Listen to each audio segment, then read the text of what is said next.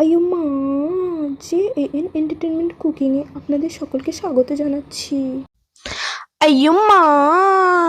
আতপ চালের ভাত করবে বাজিমাত, সাথে আছে আলুর ভর্তা। কোথায় গেলেন গো বাড়ির কর্তা? আর থাকছে ডিম সিদ্ধ, সবাই খেতে পারবেন ছোট থেকে বৃদ্ধ। তো দেখুন বন্ধুরা, এখানে আমি 500 গ্রাম আতপ চাল নিয়ে নিচ্ছি। একটু পরিষ্কার করে পানি দিয়ে ধুয়ে নিচ্ছি 3 থেকে 4 বার। দেখুন বন্ধুরা, এখানে পরিষ্কার করে ধুয়ে নিয়েছি। এবার পরিমাণ মতো পানি দিয়ে গ্যাসে বসিয়ে দিলাম ভাত হতে। অপেক্ষা করে নিচ্ছি ভাত ফুটে ওঠা পর্যন্ত।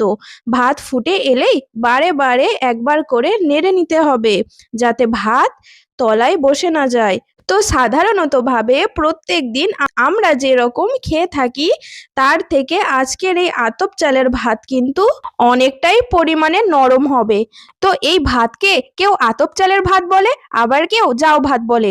আপনাদের এলাকায় কি বলে প্রত্যেকে একটু কমেন্ট করে বলবেন। তো স্বাদ মতো লবণ দিয়ে ভাতগুলো নরম হয়ে এলেই ওই পর্যায়ে নামিয়ে নিতে হবে।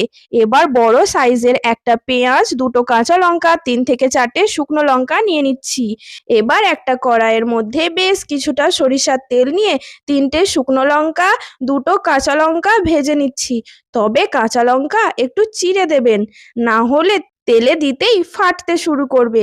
তো এভাবেই করেই লঙ্কা পেঁয়াজ একে একে ভেজে তুলে নিচ্ছি। এবার এখানে 2টো ডিম সেদ্ধ করে নিচ্ছি। আর ভর্তার জন্য নিয়ে নিয়েছি সিদ্ধ করে রাখা আলু। প্রথমে সিদ্ধ করে রাখা আলু ভালো করে ম্যাশ করে নিচ্ছি।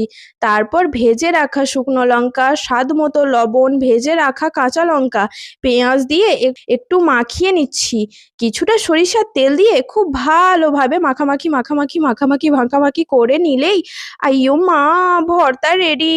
কোথায় গেলেন গো বাড়ির কর্তা? খাবে আসুন আতপ চালের ভাতের সঙ্গে আলুর ভর্তা। তারপর আবার কি আপনাদের এখানে সার্ভ করে দেখাচ্ছি। দেখুন বন্ধুরা, কতটা সুন্দর লাগছে দেখতে। আচ্ছা বন্ধুরা, আজকের এই রেসিপিটি দেখে আপনাদের কার কার ছোট্টবেলার কথা মনে পড়েছে একটু বলুন তো। তো আপনারাও বাড়িতে এভাবে ট্রাই করে এনজয় করুন। দেখা হচ্ছে নেক্সট ভিডিওতে।